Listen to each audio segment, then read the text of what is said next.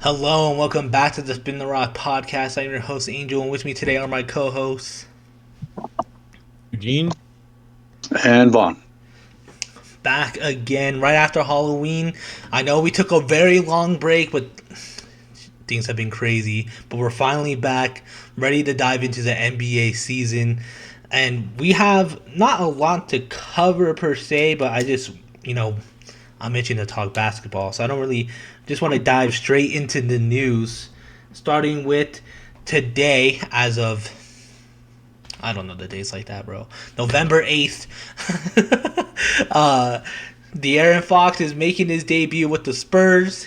He has been out like I don't like I don't know how many months, but he's finally back joining that team who low-key had been exciting. So how do y'all feel about seeing De'Aaron Fox with the Spurs for the first time? Are y'all excited? Well, I think last episode it was, or maybe 2 episodes ago, we were talking about how good the Spurs were going to be, but like not to set the expectations too high. And that still kind of remains true for me. But I could not have predicted like 6-2 start. Like they were undefeated for a good chunk of time Mm-hmm. to start off. And the fact that they're adding an all-star level player into the mix, it's not fair, man. It's just not fair. Uh, it really does feel like there's notes of like the Thunder like a few years ago. Um, like SGA was kind of he was still young, but he was like the oldest of the bunch because the rest of them were basically just college kids. And De'Aaron Fox is going to be like the oldest one here, and he's not old himself. And seeing how Wemby has been doing, you know, especially the first like five or so games, people were calling him unstoppable, but finally he looks like a human at certain points. And then now De'Aaron Fox is just going to help unlock him even more. And I'm jealous. Yeah, I mean, Vaughn hit all the points basically, but it'll be I think it'll open up Wemby's game more only because he won't have the ball 100% of the time, so he can, create his own shots and space and whatever, De'Aaron Fox, uh prime facilitator, um, is always looking for the open man. So it definitely will help, and I haven't even thought about that De'Aaron Fox has been out all of this time, so it's been, uh, surprising to see the Spurs play this well without him. So I assume that the level of play is only gonna get better from here on out now that he is returning. Yeah, bro, I agree with everything y'all said. I mean, I've been excited ever since the original trade, and to finally see it happening. I just feel like, bro, there's someone like De'Aaron Fox on that team. Like, I think the biggest gripe, ever since the first year was, you know, as mentioned, like nobody could pass Wemby the ball well enough. Like it seemed like there was no playmaker. There was times where he was out down in the paint, basically like mismatch, and someone was just like the ball movement was just not there. So I think with the veteran, quote unquote, because I feel like he is still kind of young, the veteran experience and also just how good of a playmaker he already is, like it's gonna be like having Chris Paul again, but just someone who's not 50 years old. Like it's gonna be nice to like see that ball movement, just another scorer, and just like add another dimension to the already overperforming Spurs, bro. Like I cannot see how this doesn't add even more momentum. Right. Like, and it's probably gonna help their ball movement even more. Like, it's still kind of like, at least in my opinion, a little below average, of what it should be or what we're used to seeing from the Spurs. But with his return, I think it's gonna open up so much for everybody on the team. So um I only think they can get better assuming they stay healthy. Yeah, like with Chris Paul feels like he slows down the game and kind of dissects a defense. Feels like De'Aaron Fox. I always think of him as like he's very quick, he's very fast. I wonder if he's going to end up speeding up the game and how much that would help Wemby. Um, but we got to see it. Like I don't see this ending up being like a disaster. Like surely De'Aaron Fox just helps them. Yeah. And you won't see Wemby bringing it up the court 50% of the game. You know what I mean? All right, and then next up is Walker Kessler. One person coming back, another one going down. Walker Kessler is officially out for the rest of the season. Um, how are y'all feeling about this with the Jazz and just as Walker Kessler in general? The Utah Jazz are still ass. So, like, as much as he provided the defensive effort that they needed, it's this only hurts more because they're so bad. Didn't he win didn't he win Rookie of the Year in his class, or am I tripping? Oh, but he was on a all rookie team. I'm pretty sure. I don't know if Yeah, it was first or I know he second. had some accolade. But yeah, I'm like, I don't even know who's on the Jazz, so it, I just know it's gonna only get worse from here. I feel like they really should have traded him. If not this off season, uh, maybe they would have primed a trade mid-season this year because I feel like he doesn't meet their timeline of their even younger guys. Like he's like 25 or something, and now he's going into free agency, coming off an injury, and teams have you know shown interest in him, and I don't see the Jazz willing to pay this man a fat bag coming off an injury, whereas a team desperate for a center very well might. And it's kind of just like this stigma I have with the Jazz. Like I feel like they're always 2 years behind.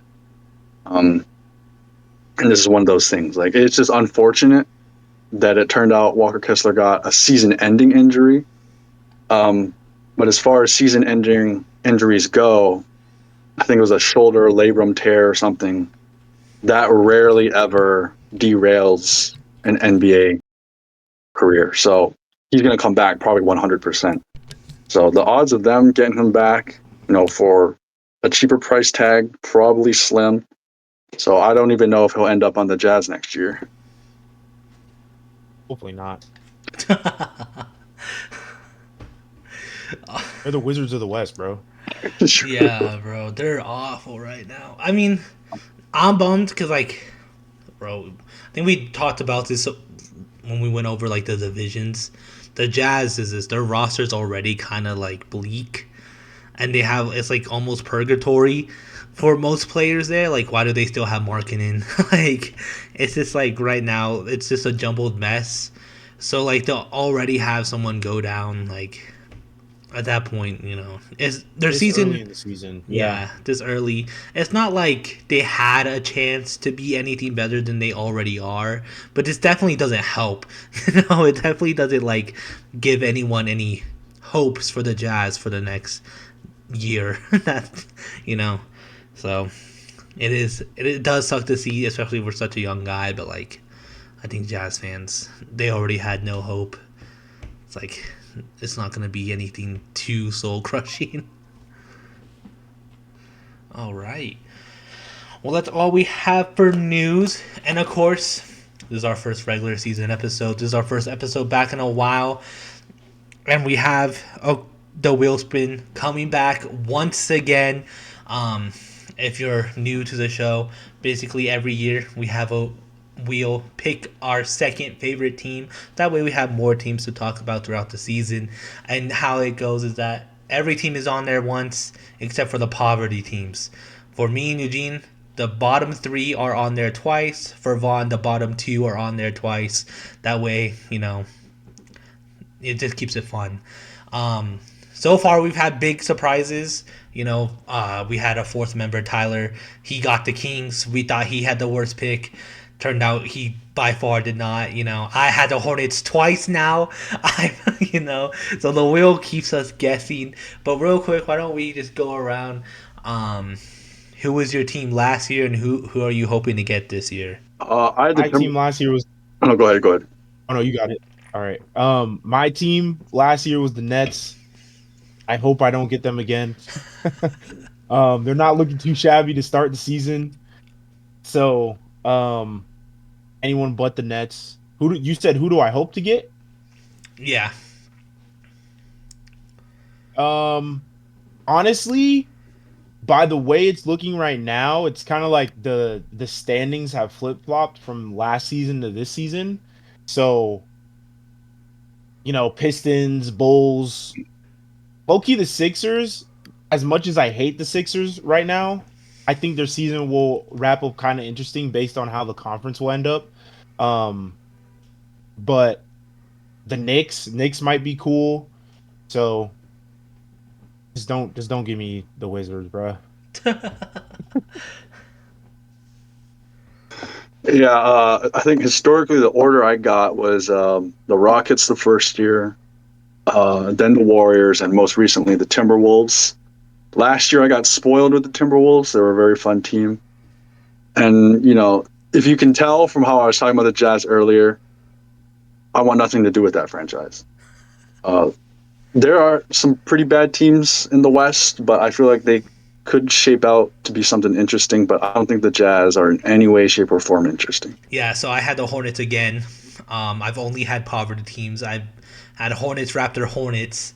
So I'm just any team with a chance of making the playoffs, bro. I honestly, that's all I'm asking for.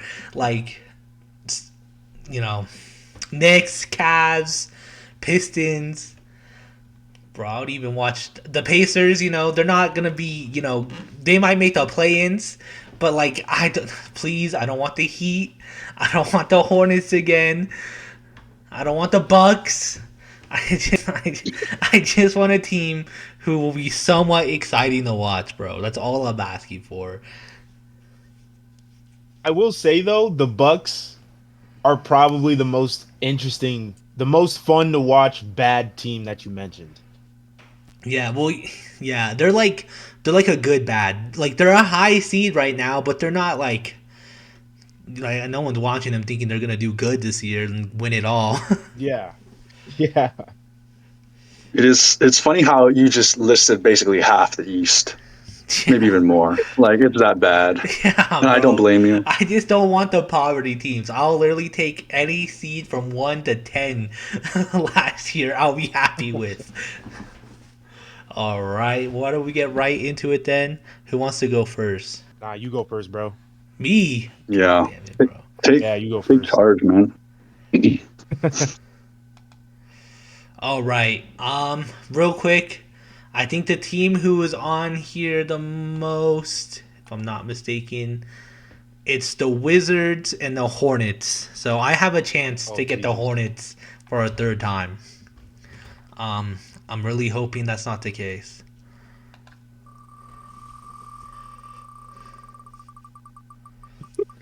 Tension rises. No way, dude.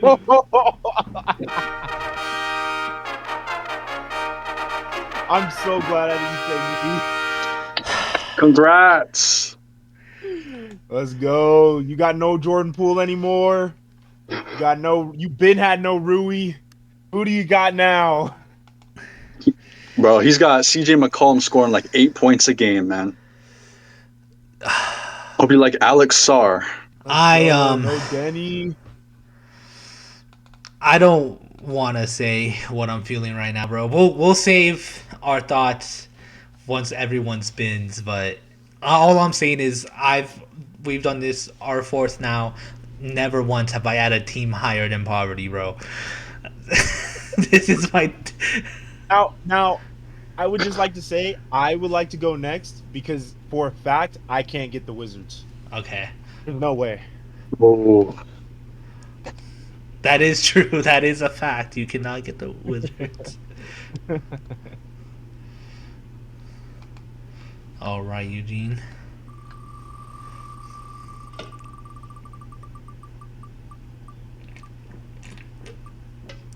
Oh, it's not the worst. I don't love it. The Bulls would have been prime, but I don't hate it either. It's a new look Raptors team, so hopefully they'll do better than they did last season. That's all I can hope for.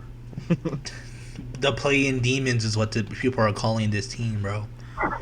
Yeah, literally. All right, Vaughn. For Vaughn, the West, I think all he has on here twice, if I'm not mistaken, is the Jazz. I just want to make sure I did it right. No, I lied. I forgot, Vaughn. This year, to keep it interesting, I did put the Pelicans on there twice. So Oh, love that. you have the chance of the Jazz and the Pelicans twice. Might as Even well be so, covered. like the odds are so in my favor of getting like a good team. I'm not even afraid. It's the Jazz. Oh wow! Repeat. Our All right. Yeah, I'm not mad at that at all. of course you're not, bro. Come on. Why would you be mad at that? Hey, unless the season Oh, goes completely awry, bro. I think that's our first ever back to back repeat. Yeah, I haven't had a repeat yet. That's because I had the Hornets twice, but the Raptors was in between them. So that's our first ever 2 years in a row. At this point, you might as well just get Ant's face tattooed on you. yeah, Literally, bro. bro. Oh no, I gotta watch Anthony Edwards again. Why don't we go around pros and cons to getting the team you got? Who wants to kick us off? Uh, I'll Uh, go. Like I kind of know what to expect because a lot of this team is the same from last year. So I kind of I've seen the highlights. I know Ant is who he is. The only downside I really see is more Rudy Gobert. That man's just getting worse. Um, it's like as Anthony Edwards improves, Gobert is going down. Um, and I kind of just the big question mark I would say isn't really Julius Randle, which I think a lot of people would say. I think I've seen enough that he's solid on that team. It's more of a Dante DiVincenzo. Yeah, Like, is he bro. going to be a good role player this year, or is he going to be just as bad as last year? I don't know. That's a good point. Because I was more so that Julius Randle is going to be bad this year. I think I even made it a prediction. Um, and so I was kind of just saying like, Julius Randle's going to be worse, blah blah blah. But it seems like Dante DiVincenzo, the guy who came to this team because he didn't want to be a role player anymore, he literally left that Knicks team for a bigger role, has so far seems to get worse. Like he's not getting. Yeah. It seems like he's on track to be a worse player than he was last year, and last year was already pretty disappointing. So it is kind of crazy that out of all the players on that team, that like everyone was saying like is gonna be their downfall, Julius Randle, Rudy Gobert, you know, it's been him, bro. It's he's just not been what they need out of him, and it's just like and he's been solid his whole career. I've never seen him play this poorly before. And even though it's not completely ass, it's still like his one of his worst seasons after last year. I think was probably his worst season. I mean, I feel like you should expect the same results though, like around the same end result that they finished off last year. Not much has changed. Last season was their first season playing together, so it's like now they have the chemistry to play off of each other. They know each other's thoughts to an extent. You know what I mean? So Yeah, unless some crazy trades or they don't stay healthy long enough happen, I feel like that you know you should end off either the same way of the season or like maybe even better. You never know. Ant likes to carry, so for me, it's it's a new look Raptors team. They had some picks this past draft. They had their number 9 pick in Colin Murray Boyles, who they're calling CMB. Um they got Mamu, Sandro. I'm not even gonna pronounce his last name, but some foreign dude who they're pretty high on as well. And then obviously the signing of Brandon Ingram into the mix. So adding pros, adding BI, it adds a whole different level of scoring Doesn't provide much on the defensive end, but if your other guys can play defense, there's nothing to worry about. Um, Downsides, they're all young. They're not really none of them really have any experience in the league in general. Grady Dick, um, O'Shea Agbaji, um, and they just got like a bunch of first year guys. Their veteran is Jakob Podol, and what is he gonna, teach them? You know what I mean? So, Mhm. um, that'll be an interesting watch. The game I did watch them play was against the Bucks, their most recent game against the Bucks, which they won. Um, but like I said, I'm not happy about it. Would have liked the Bulls, but uh it'll be cool to see how they progress during the season. Yeah, I would I say think question marks I have for this team is like, what is their identity going to be? Because if your starting center is Jakob Poeltl, how good is your defense truly going to be? And you said like Brandon Ingram isn't a lockdown defender himself. Maybe it's like Scotty was to lead the way. I don't know, or maybe they're just like an amazing offense. Um, but again, another question mark is like how much playmaking do they really have? Can they really rely on Emmanuel quickly to set up the offense? I don't know. Uh, but I'm glad someone got the Raptors because I feel like they always go under my radar, and I don't really hear much from them at all. So Angel had that 1 year, and now I guess it's your turn to check on the pulse of the Toronto Raptors. yeah, I would say I agree with one of your pros of being like a new look Raptors because not only is it a new look for the team, it's a new look for a lot of these players too. Like a lot of the players that recently joined the Raptors have been on the teams they were last on for a fat minute, bro. So it's like a lot of these guys are also like suiting up in a new uniform that like for the first time in a fat minute. So it's just all like R.J. Barrett, Brandon Ingram. I would say quickly, but I think quickly was on a team a little bit before this for It the was it was with RJ on the Knicks. yeah, yeah. But wasn't he? Oh, okay, okay. So no, I'm tripping. Yeah, so like a lot of these guys like have been on their last team for a big minute of their career, and so not only is it a new look for the Raptors, it's a new look for the players who just joined as well. So it's like it's gonna be exciting just to see like how those guys look and just how they fit the team. Like I mentioned, playing demons. I feel like this team is a certified play-in lock, and I feel like they're gonna make it out the play-ins. And I feel like that kind of is exciting because it also means that like maybe they can sneak out a game or two against these better teams throughout the season. I can see them definitely pulling up some upsets over like the Cavs, the Knicks. Like I could definitely see them winning like a game here and there where like oh they should have lost and they won like a close game. So I think cons is bro they're gonna be disorganized as hell. I think like Yeah. Vaughn said, there's literally no identity to this team. It's a mishmash of the like players that teams have been trying to get rid of for a minute. Brandon Ingram, the Pelicans have been trying to get rid of him. R.J. Barrett, he was kind of looking weird on the Knicks. Like the only identity here is Scotty Barnes, but even Scotty Barnes has been kind of like people have been starting to like call him a fraud, like because he just hasn't really done much on the Raptors, and like you would think the Raptors would have built around him, but it seems like you just got like players who can score 20 and not really an actual team with chemistry and a foundation. It just seems like they were like, you could score 20, you can score 20, come join our team, instead of building around Scotty Barnes and his strengths and weaknesses.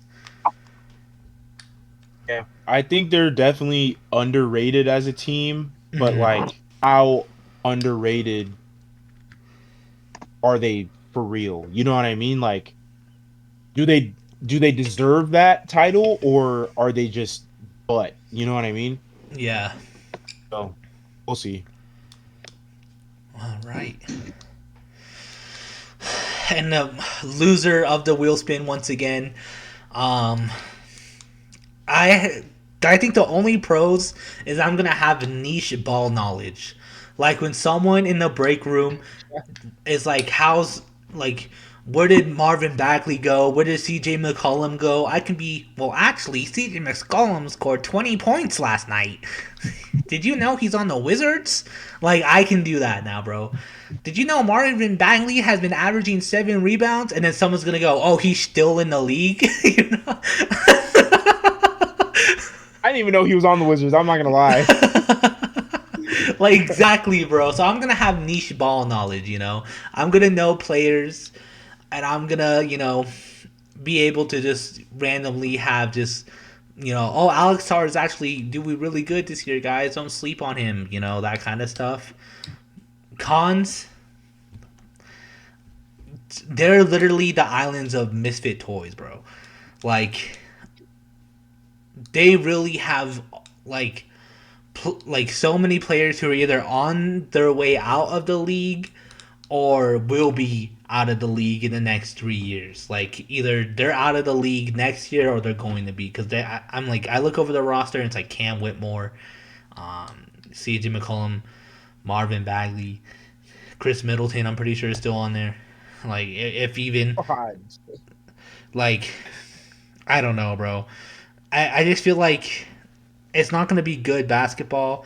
They don't really. The Raptors don't have an identity for a team who can maybe do something. The Wizards are a purgatory team without an identity, which makes it even worse.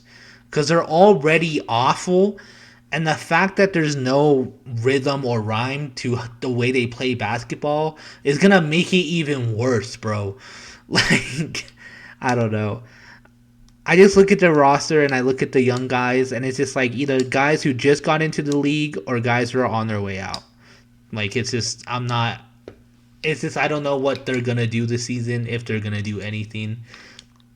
I'm excited to watch, the younger guys. But it's like, how much longer are they really going to be on the Wizards? And are they even going to ever do anything on that team? I feel Yeah, like it's just more being on like the Wizards is a career killer in itself. Because I'm watching CJ McCollum be 20-point scorer last year to single-digit scorer on the Wizards. Yeah, Same bro. with Chris Middleton. Cam Whitmore is like, whatever promise he had is like blinked away. So it's just hard to watch. Good luck to you, though. and it's like the only person to come out of Washington successfully has been Russell Westbrook. And it's like if you're not playing at that level or better, you're probably not making it out. Yeah, bro. Yeah, I mean, it's gonna be another awful season for me. I haven't seen good Hey, basketball in forever. I believe in the Wizards, bro. As much as I didn't want them, I believe in you, bro. Just for Bro, your they are sake. 1-8. And here we come. They're 1-8. All right. Well, that's our spin for this year. So why don't we go into the season so far? Kind of have an open discussion. What has what has been a surprise or a takeaway you've had in the first few weeks of the season? I think we're about to reach a month of NBA basketball being back. If not next week, but this week might also. I don't know if it's either this week or next week. So, what has been a surprise or a key takeaway you might have? Monty Billups was throwing their games, bro. I mean, he basically said so himself, allegedly. That's so far. That's the biggest takeaway that I have come to with the season. Super early, but thus far, like beat us, they beat the Lakers, and they beat who else did they beat? OKC. Another Yeah, they beat OKC the other day. Not only beat OKC, but gave them their first loss, which is Yeah. like, OKC's on this insane roll, 6-0, 7-0. I don't know if they hit 8-0, but undefeated, only undefeated team in the league at the time. And essentially they're only the Blazers only pro or like advantage to beating them was being at home. They used that to their advantage perfectly, and they won that game. Um, but I don't know if y'all knew this, but Thiago Splitter is their interim head coach. Hmm. Um, but yeah, I don't know. The Blazers look like they're producing at a high level, which leaves me to wonder if Chauncey Billups wasn't the coach last year, how would they have performed last year? Like, could they still have performed at this high of a level last year, or would they still have been kind of weird because of all the the rookies and first timers that were on the team? So, and then aside from the Blazers, I think the Spurs. I kind of already dove into that a little bit, but the Spurs have also been like a standout to me this season, and it'll be cool to see where they kind of end up towards towards and after All Star break. I think I think you I think that's a you hit it spot on, bro. Like a different coach and like the guys who are performing this season aren't like isn't like Drew Holiday or like as in like it's not like the guys they got to see past season Dame Drew like instantly made them better. It's the guys who are already on the team are stepping up. So like Drew Holiday is has made them a better team. Don't get me wrong, but it just seems like it was the coach all along, and it doesn't help that he's you know about to face jail time for gambling. Like it doesn't help that it's like, oh shit, maybe it was a coach and not the roster. And then also that coach was running an illegal poker ring and has been like has heavy ties to gambling in general.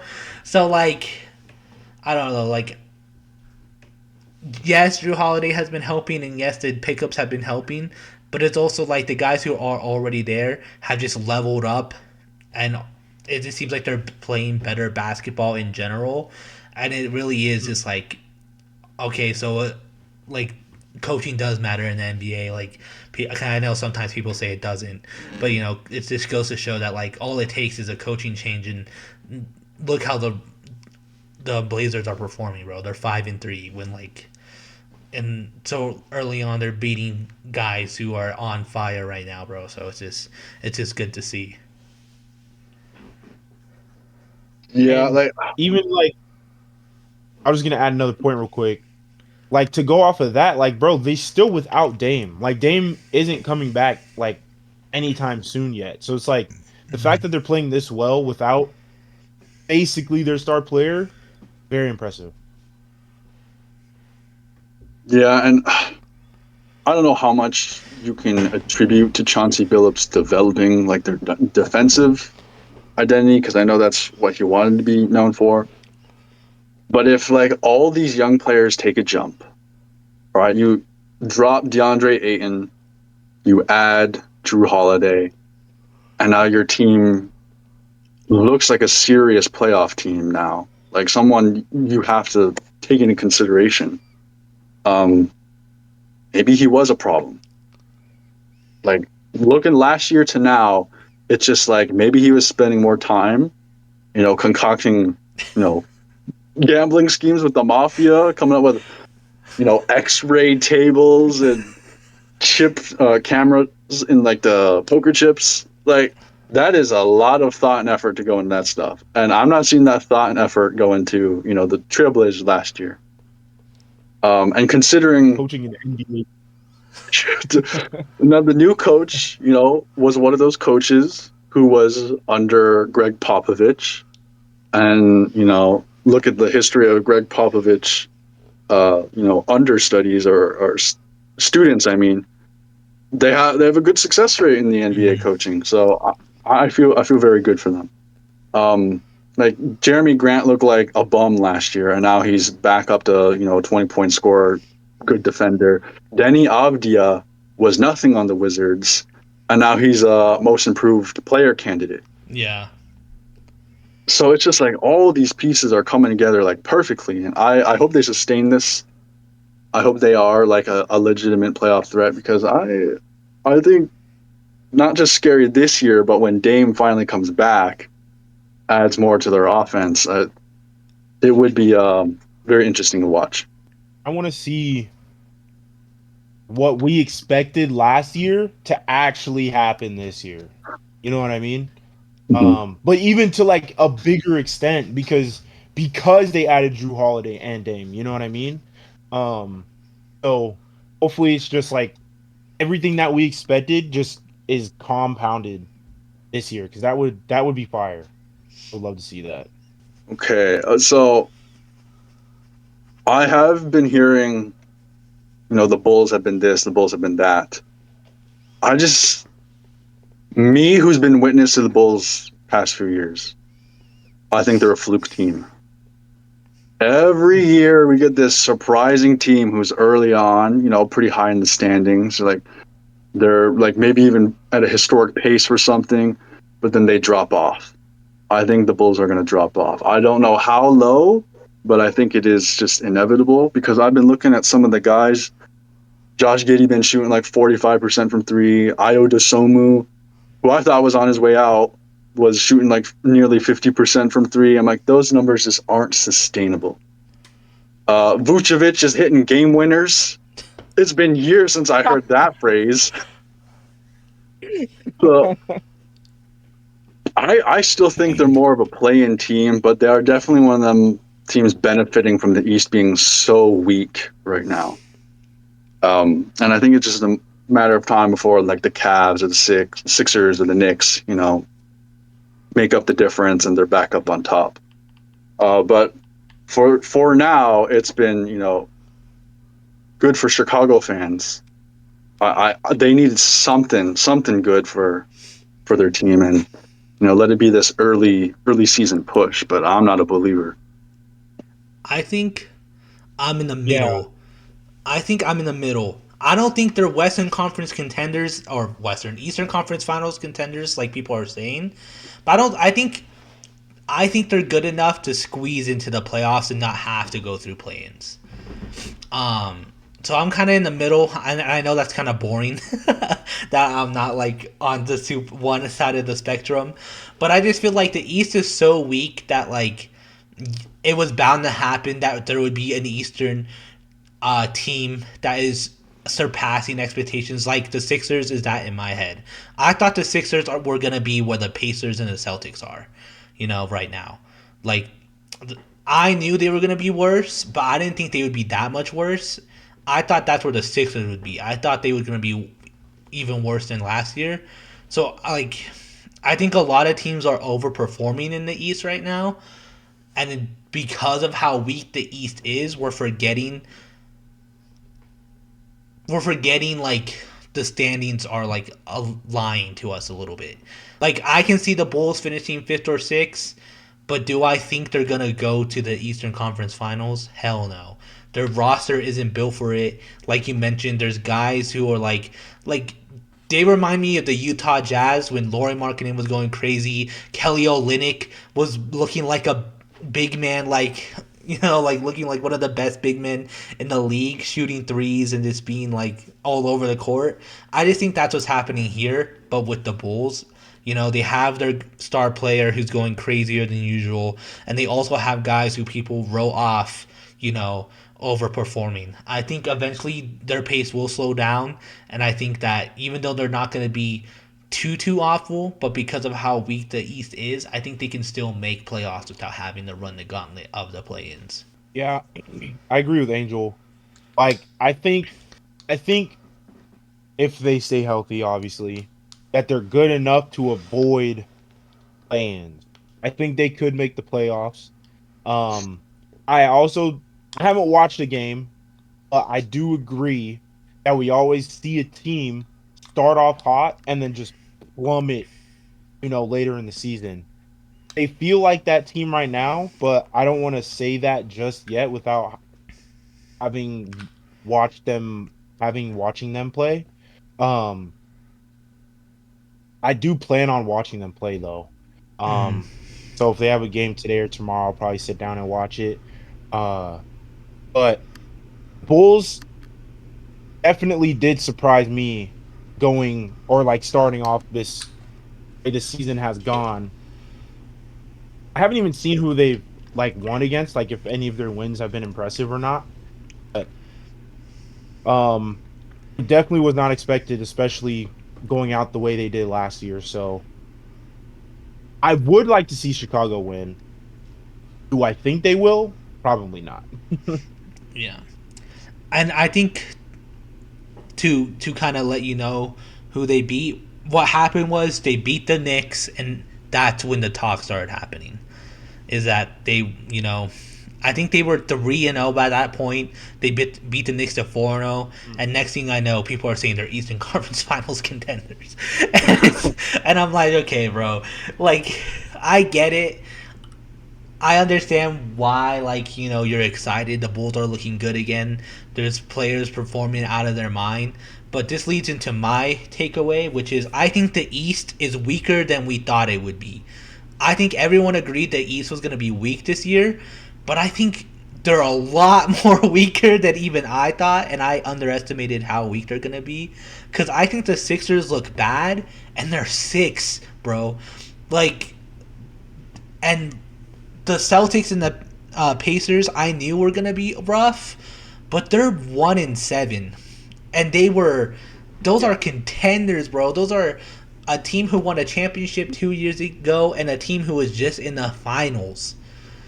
Like, I think I knew the East was gonna be weak, but bro, it's a lot worse than I could imagine.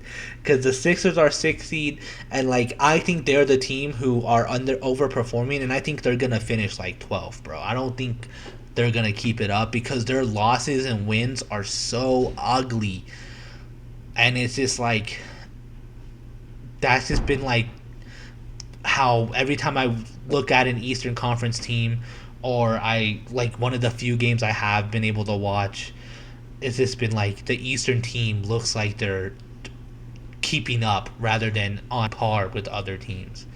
And I think right now, just like looking through everything, I think really the only strong teams in the East are the Knicks, the Pistons, and the Cavs.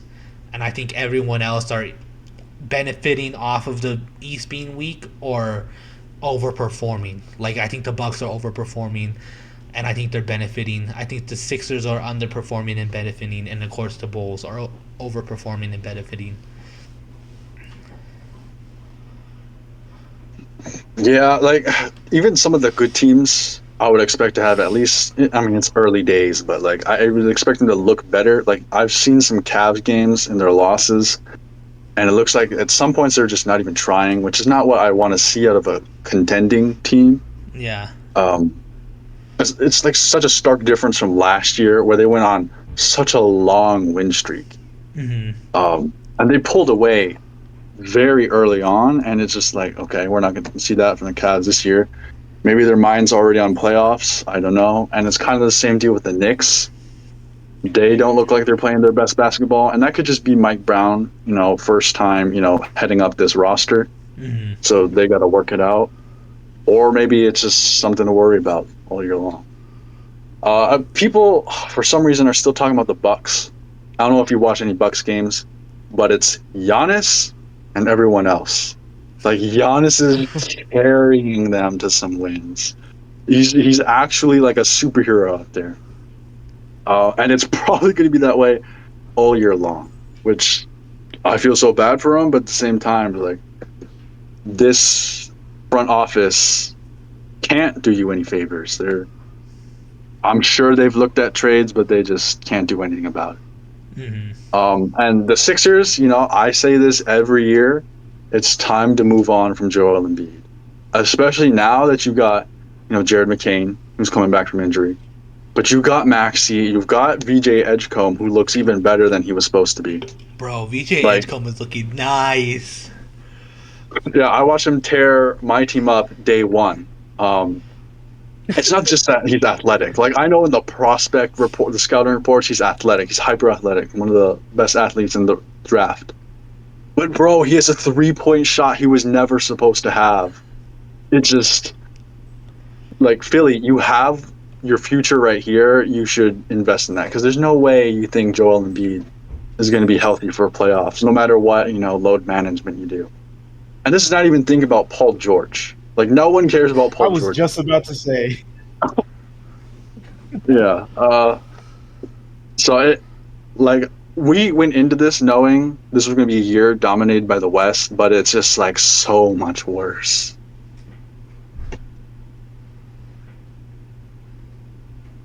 I think it provides a good shakeup for the league, with the East being as weak as it is. Because now we get to see, with the Tyrese Halliburton's out and the Jason Tatum's out, we get to see the Cade Cunninghams and the Jalen Brunsons, perform at possibly a level that we haven't seen them hit yet. And, they entering their primes right now. Some maybe or may not be in their primes yet, but um, I think we'll get to see a level of play that we have yet to see from some of these teams that have either missed the playoffs or barely made the playoffs, play-ins, whatever. Um, 'Cause even like last year, speaking of fluke teams, the Magic started off insanely good last season, and then as the season went on, they fell lower and lower. Now, I'll finally give Paolo his respect. He is a good player, um, and I think the Magic could also do some damage with how weak the East is looking. Um, the past couple of seasons they've done pretty well. So I think if continuing following that trend, they'll do even better. The Cavs, they don't look better. They don't look any worse. They didn't really do anything in the offseason. The Knicks didn't really do anything. They just need to tidy up their game plan. Um,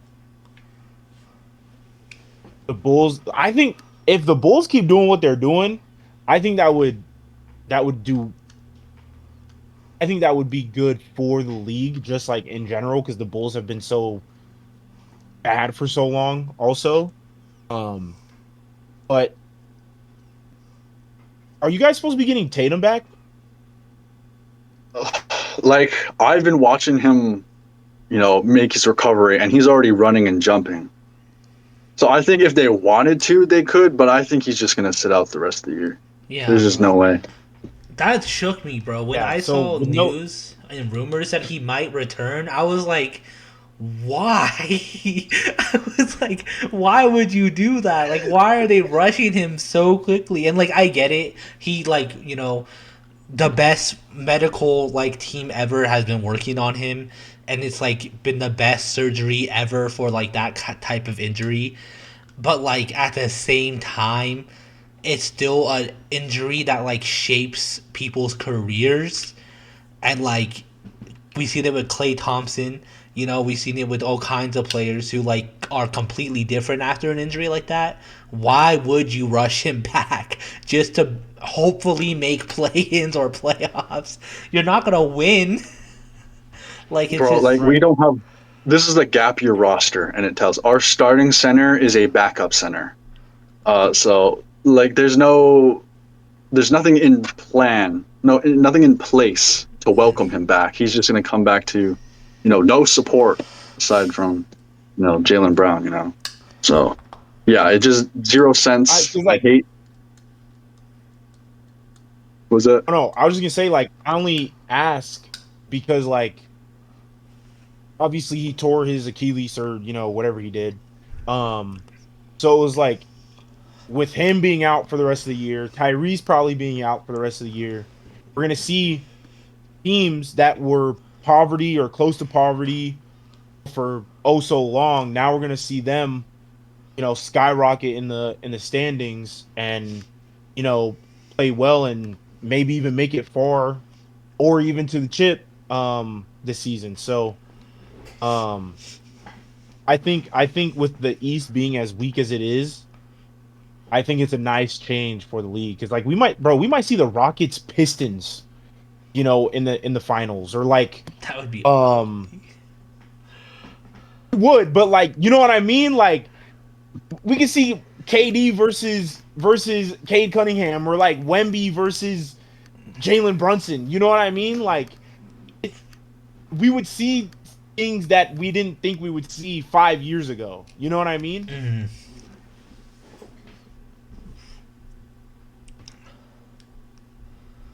All right. Any Um, other yeah, I surprise? do got one more takeaway. It's the Pacers. I feel so bad for them Yeah. because not only is Tyrese out, but they are playing out of their minds in effort. They're trying so hard to win games, but they just keep getting more and more injuries. I think there's like 7 players, like rotational players, injured right now.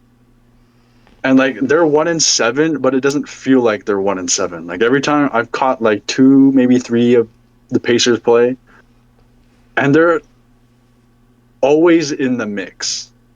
Like even if they're down 20, they're still trying their best. And I can't say the same for a lot of teams in the league. It's just unfortunate with the injury bug going on because I think they are a better team if their team were healthy, like aside from Halliburton. Um, Maybe at one point Halliburton also like had the rumors, maybe he'll be back like Jason Tatum, but like again with him, why bother? Not this year. There's nothing in it for you. Yeah, bro. Yeah, it's better to stay out than or like for the organization and themselves. Like it's better for them to just like not even compete and make sure they get their rest so that they can compete at the highest level the next season. But the only thing I'll say about the Pacers, like obviously we expected them to be bad this season, but me personally, I did not expect them to be this bad. I didn't realize how much they actually depended on Tyrese to run their offense. Yeah, bro. Them having the same amount of wins as the Nets and Wizards who are trying to be bad. Yeah, that's just sorry. Yeah, bro. Yeah, I kind of agree with you, Eugene. When we went over the divisions, I even said when we picked our game of the week for the first time, I said Pacers Thunder because the Pacers like can show that there's hope, you know. But I think there's no hope. Like I feel like There ain't none. I feel like going into the season, there was an inkling of hope. Watching that first game, Thunder Pacers, I think gave us even more hope that the Pacers could maybe squeak into play-ins at least. Nah, bro. I think they're I think they're gonna be like the Warriors, where they're gonna get a lottery pick and then just come back next season strong as hell. Cause like which is a good thing. You know, you're gonna get a lottery pick. You know, with a really solid foundation. It's just like you're gonna have to lose games you're supposed to be winning. You know, the next 80 something games are gonna be just nothing but pain. um, I have one last takeaway, but it's more of a surprise. I think Memphis might go down as the biggest fumble in NBA history. You trade away one of the best players on your team. You're pissing off the face of your franchise. You're sitting 10th in the West, where it seems like anyone this year can go to the finals from the West. I mean, like, it looks like anyone from 1 to 9 has a shot to go to the finals. And then there's the Memphis Grizzlies, who are sitting 10th in the plains, but are looking like a disaster, bro. And it's like, how do you fumble such a promising young team so quickly? At upper management, bro. That's the only answer. Bro, Um, I yeah. mean, clearly there's something wrong. Jaw wouldn't be acting the way he's acting if there wasn't. Because he hasn't acted this way since he's been with the Grizzlies. Hmm. So I do wonder, like, just like what happened? Like, where did everything go wrong? It seemed like probably something in the off season since the season's so young right now. Um, but yeah, I don't know. The Desmond Bain probably trade probably didn't help either. Oh, But no way, bro. Yeah. yeah, I don't know. I, I don't see any of this being fixed. The I feel like I hear media say, John Morant is out of there, like he's going to get traded at some point this year. I don't know. I think management just are just bad at managing. Like you got Marcus Smart, and then you just traded him after like not even seeing a full year of him. You traded Desmond Baines so you can extend Jaren Jackson Jr. And what you got in return was KCP. Like you traded one of the best shooters in the league for KCP. Like yeah, you're gonna be worse. And now that Jaw is back, you know. Oh, not to mention last year they fired their head coach late into the Yeah. season. So now the new coach has an issue with Jaw. Jaw, I don't know what the solution is because if I was in their position, I couldn't come up with one. So they might just be bad again. Yeah, bro. And that's what I'm saying. The greatest fumble because we started this podcast when the Grizzlies looked like they could go to the finals, bro. Like our very They were like a 3 seed, weren't they? yeah, bro. Yeah, when we the first year of us doing Spin the Rock, we brought up the Grizzlies as being one of the most promising teams, like young core. It was Dylan Brooks, like they look so promising, and it seems like ever since then, it's just been a downhill, bro. It's just been it's been getting worse and worse. Whether it's Dylan Brooks getting traded and just being like, a menace, John Morant's suspension and attitude, bad trading, just like bad moves all around. It just seems like they just had a chance to like solidify themselves in the West. They had something that like could be exciting, and it seems like they're doing everything in their power to make sure that doesn't happen.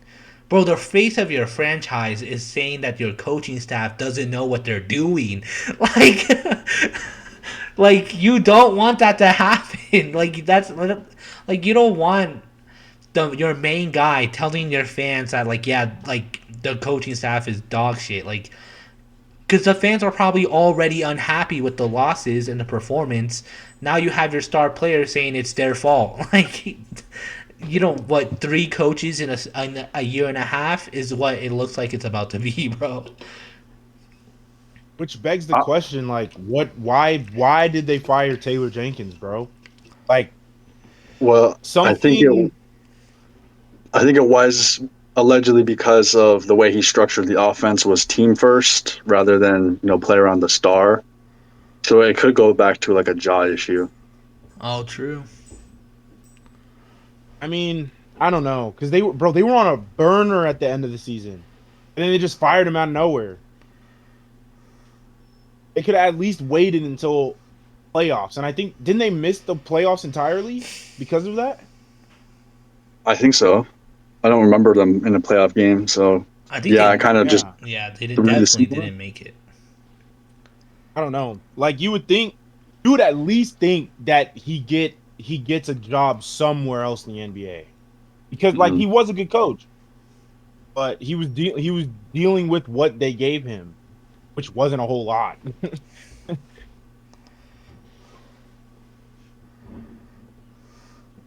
All right. Any other takeaways or surprises before we get into our games of the week?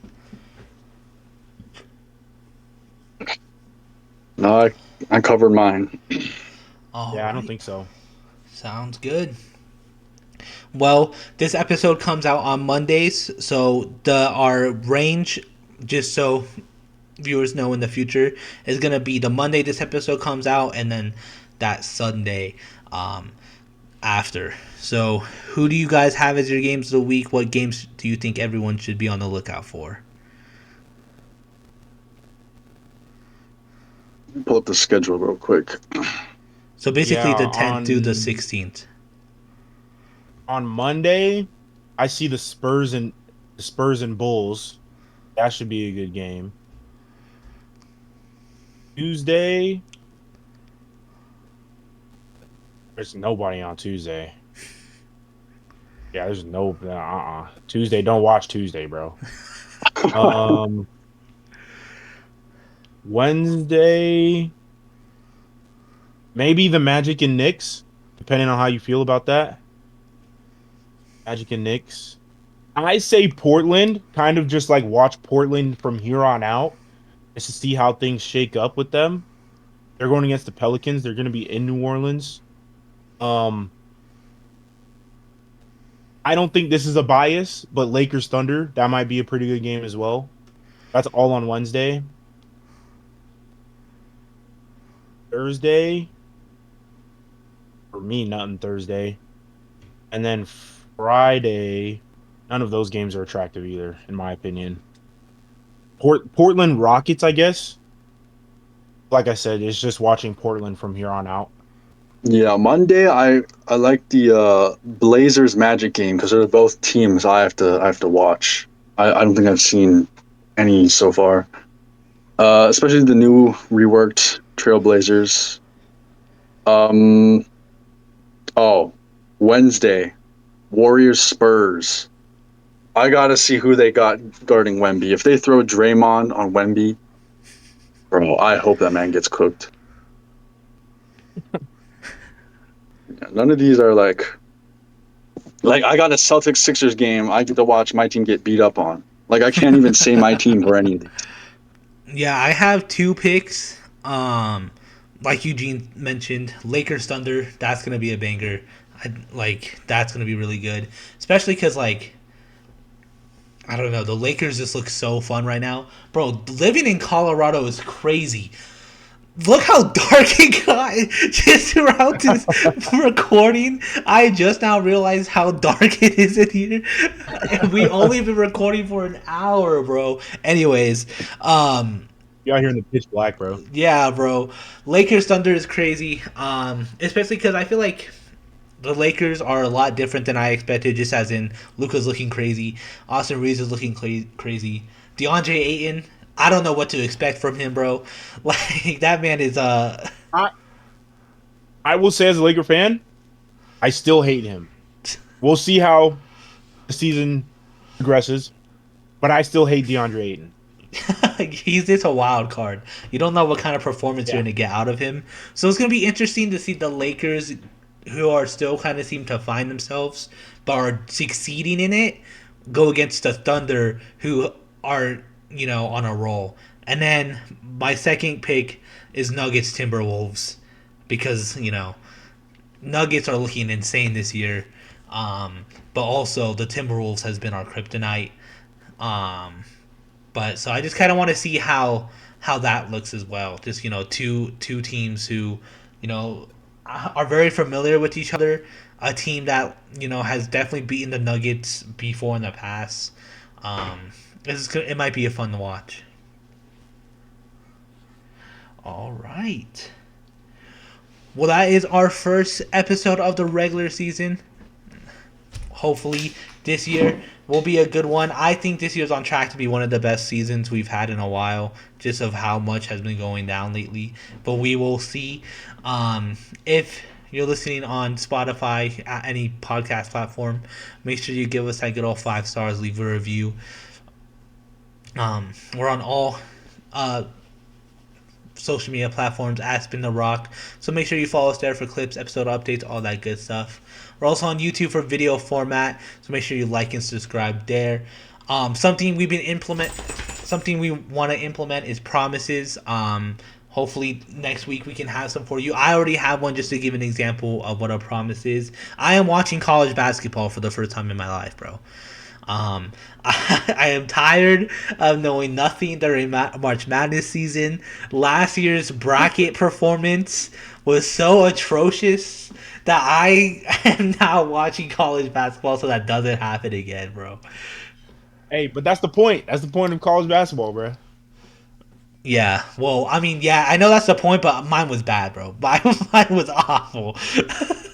So I'm watching. That's my promise. I'm gonna know more about college basketball. So hopefully, we'll have Eugene and Vaughn can come with you some next week. But thank you for watching. We'll see you again next week.